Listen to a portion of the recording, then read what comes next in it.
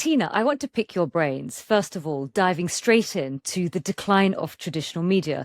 I was having a look at this incredible data from your recent study that shows that younger audiences and even rural conservative individuals are increasingly turning to emerging media sources over traditional outlets. And I wanted to know, what do you think is driving the trend? Because I kind of had an inkling about younger audiences, but I didn't understand the rural conservative individuals. That was quite new to me. So I wanted to just pull on that thread.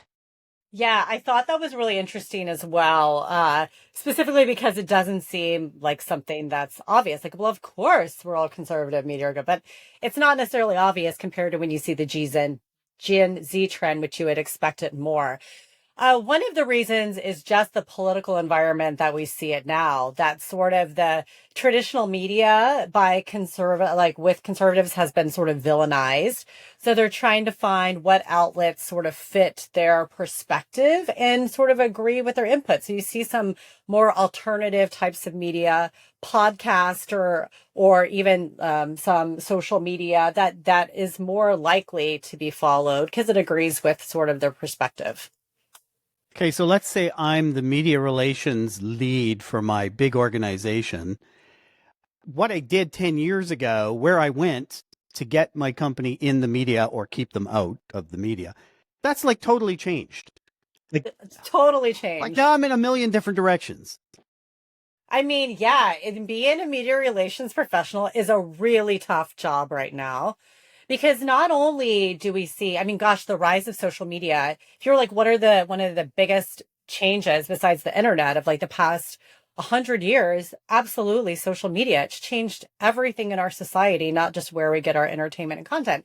So, as a media relations professional, not only are you trying to um, get attention for your client or your organization where you work in traditional media sources, but you're also trying to get attention in other sources that are increasingly difficult to get attention in. Okay, so let So, me let me yeah. follow up. How do I, if my boss is, get us in the Wall Street Journal, get us in the New York Times, how do I push back on that so that no, that podcast, that PR podcast, we want to be in that. How do I prove that to them that it's time well spent? You're like, how do you get them into stories and strategies? Like, that's That's what what I'm it is. saying. Yes. That's it. Yeah. Yeah. Well, first of all, it's all about what is your objective and who is the audience you're trying to reach. And I think with the example of New York Times and Wall Street Journal, we do an annual disinformation study that asks about the trustworthiness of sources. And the New York Times is very trusted by Democrats. I mean, usually we see it in the 60% that they have at least somewhat trust. But when you look at Republicans, then you're in the 30s. So while it's really great to get that great mention of your organization in the New York Times, it's not a trusted source for two-thirds of half the population. So in that case, you really have to think, who is my audience? Who am I trying to target? And then think about what are the best channels to do that rather than saying, okay, let's check the box. There's the New York Times, there's the Financial Times, there's the Wall Street Journal, and that's your approach. Now, Tina, if life isn't difficult enough for us PRs, I've also started reading a lot about news avoidance, where people actively are looking to avoid the news just because of the negativity, the sort of the polarization that's happening. And of course, as human beings, we're always wired to sort of look for threats, and that's why news inherently has a bit of a negative bias. But you're now beginning to see, particularly with younger generations, they just don't want it. They are much more aware of their mental health, and they're aware of how they consume news and how it has a negative impact. So how do you think that trend is actually impacting not only us professionals, but also impacting society at large? Oh gosh, that is It's such a a big big question. question. And it's scary at the same time to think about. Well, so in our disinformation study, the last one we published was at the end of 2023, and we have one coming out very soon in the next couple months. And what we found is that 40% of our respondents, we surveyed 2,200 Americans, actively avoid the news because of the exact reason, Farzana, what you said. So that is problematic. Now, it'll be very interesting to see if that changes, right, where we are in 2025 or how we are. But it's extremely problematic because an uninformed public is it's dangerous for us and our society and our processes. And we see also, and just to add on to that, is we've also seen a decline in local journalism as well. There's a great study, a great researcher, Dr. Penelope Abernathy, who studies the loss of local journalism. And since 2005, we've seen 1/3 of local newspapers close. So not only are people consuming news less, but there's also less availability of news.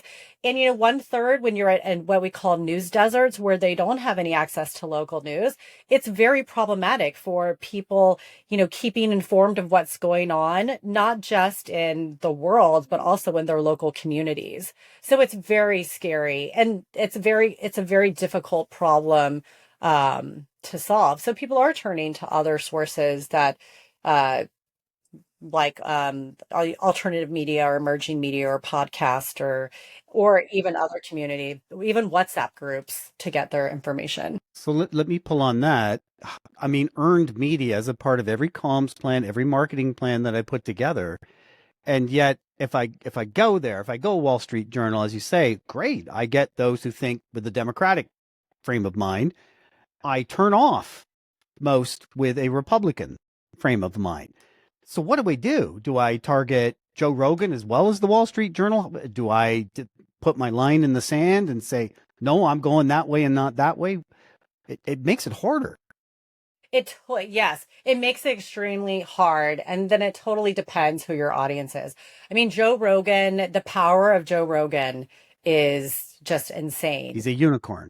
He doesn't It's exist. crazy. Yeah. Yeah. So when you get an endorsement, a presidential endorsement from somebody like Joe Rogan, I mean, that's game changing, and the episode that he had with President Trump had 50 million like views. I mean, not even just views. I think audio was probably triple that.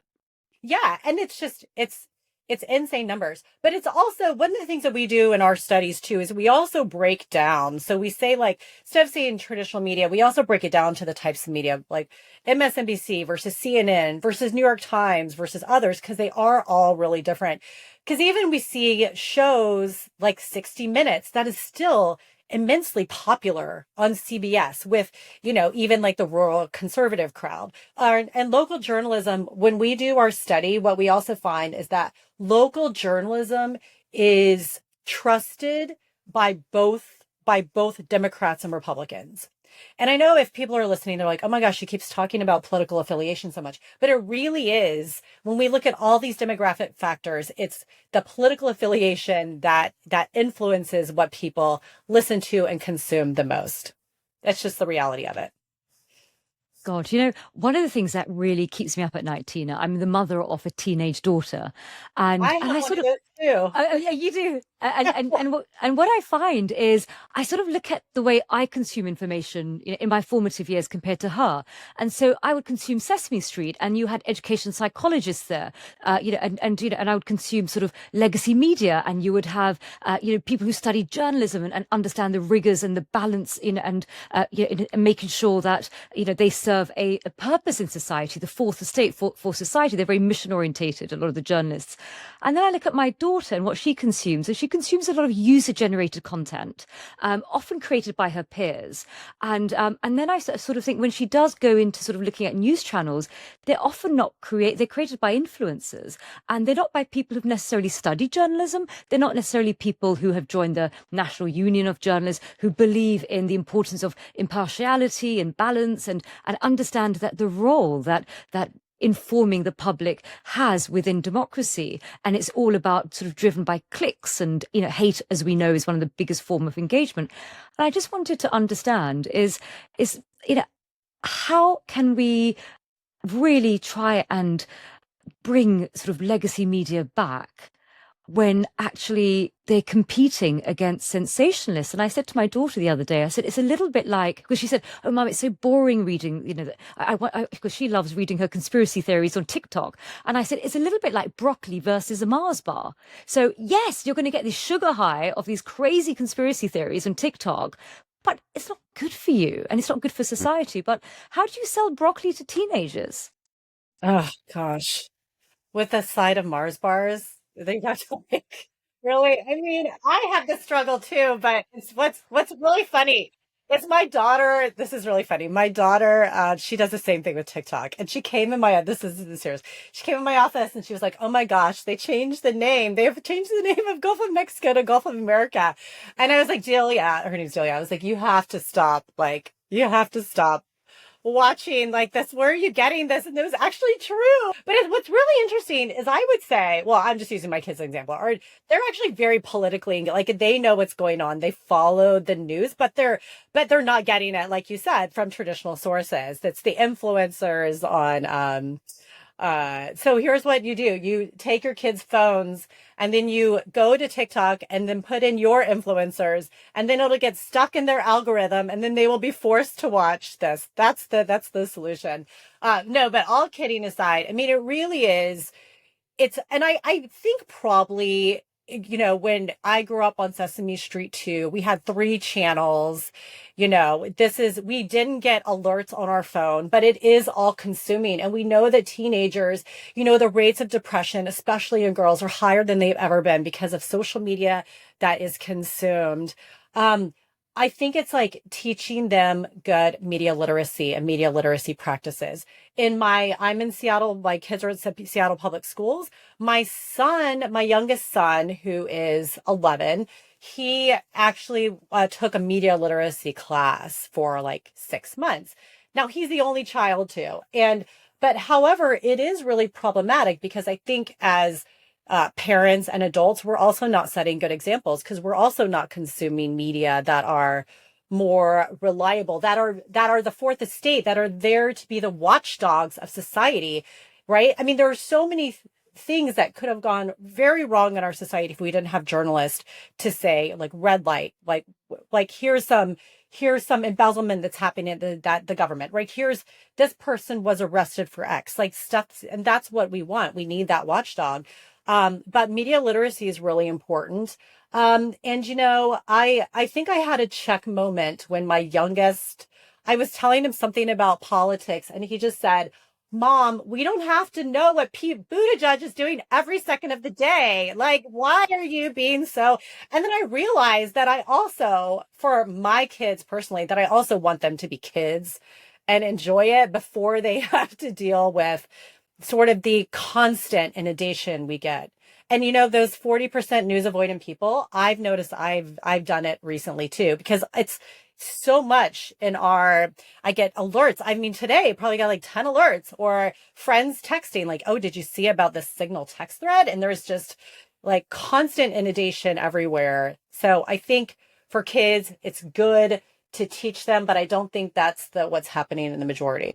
I was going to say, do you think in the future, Tina, society is going to become more and more aware of this issue of lack of media literacy and how it impacts society? And it's actually going to become a compulsory class in schools where it's a really fundamental life skill? I Or do you wouldn't think we're trust not the there yet? schools myself. I'd be doubting the schools and the teachers.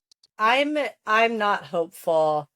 I don't think in this climate that they would teach media literacy. I absolutely do think it should be part of the curriculum, because it doesn't. It's not a partisan issue. It's teaching them how to be good consumers of information in an environment where there's so much and misinformation around.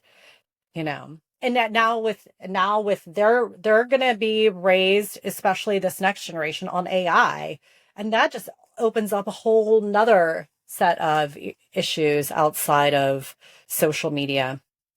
Real quick, Tina, on the importance of having owned channels as a brand instead of renting space through earned channels, or even I think social media is a rented space because Elon Musk might not like my posts and he could take them down. Not to pick on Elon. I don't think you would like your post, Doug. I'm just I'm saying. pretty down the middle. I don't know. I'm pretty straight up. Well, Yeah. How important is it to own your channels and therefore you become the point of information? I would think this is one of the most important, is having very strong owned channels that has content that is appealing to both your internal and external audiences and isn't just like, it's like a promotional plug for everything you do. Um, I also would say that sponsored content is also very important, and working with influencers that fit your organization and the needs of the organization. Because of sort of a decrease in the availability of earned media, for some of the reasons we talked about, like loss of journalism, reporters are covering more beats, and this is just generalization as a whole, that, having sponsored content or partnerships is really important.